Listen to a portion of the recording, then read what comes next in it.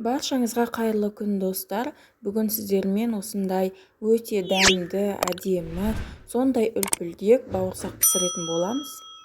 Видеоның соңында бауырсақ туралы лайфхакпен бөлісетін боламын. Әзірге бауырсаққа кірісетін боламыз.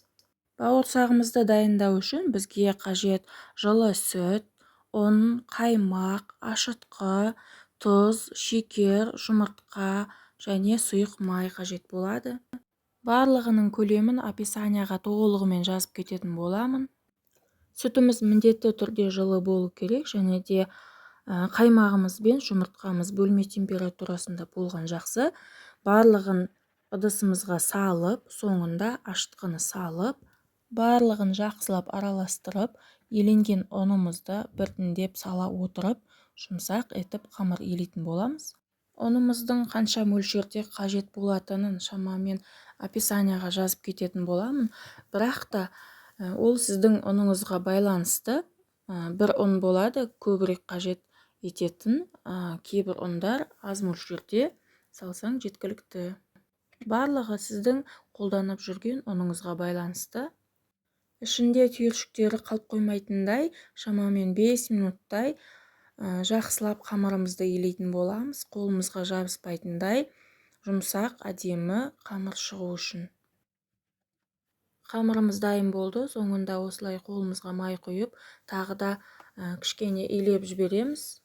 Содан соң бетін жауып, шамамен 1 сағатқа жылы жерге қойып қоямыз. 1 сағат шамасында қамырымыз тұрды, қамырымыз толығымен ашыды.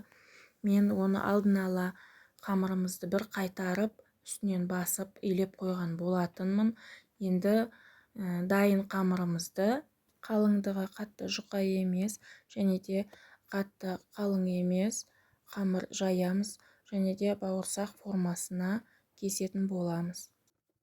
Мен осылай пластик стаканның көмегімен ойып домалақ формаға келтіріп аламын, және оның қалған қамырын жинап, жабыстырып, кәдімгі күнделікті пайдаланғанға 4 бұрышты бауырсақ етіп кесетін боламын.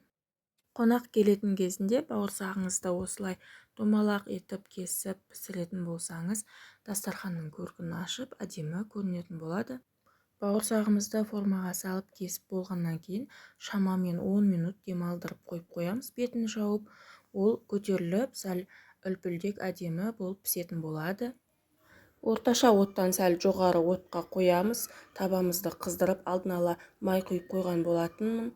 Бауырсақтарымызды біртіндеп, абайлап, осылай салатын боламыз. Бауырсақтарымыз осылай көтеріліп, үлпілдек болып піседі. Майда көп уақыт ұстамай, қатты күйдіріп алмай, әдемі сарғыш түс болған кезде ала береміз. Бауырсақ пісіргенге осындай шұңғылдау табаға көбірек май қойып пісірген дұрыс. Бауырсақтарымыз майды өзіне сіңіріп алмас үшін астындағы отын жоғары етіп қоямыз, және барлық бауырсақтарымызды осылай пісіріп алатын боламыз. Біздің бауырсағымыз дайын болды. Бізде осындай үлпілдек, көтерілген, әдемі бауырсақ шықты.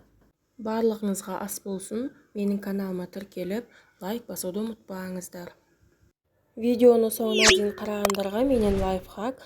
Бұл піскен, суыған әдемі бауырсақтарымызды пакетке салып, мұздатқышқа салып қойсаңыз, сол күйі әдемі болып қалпында тұра береді.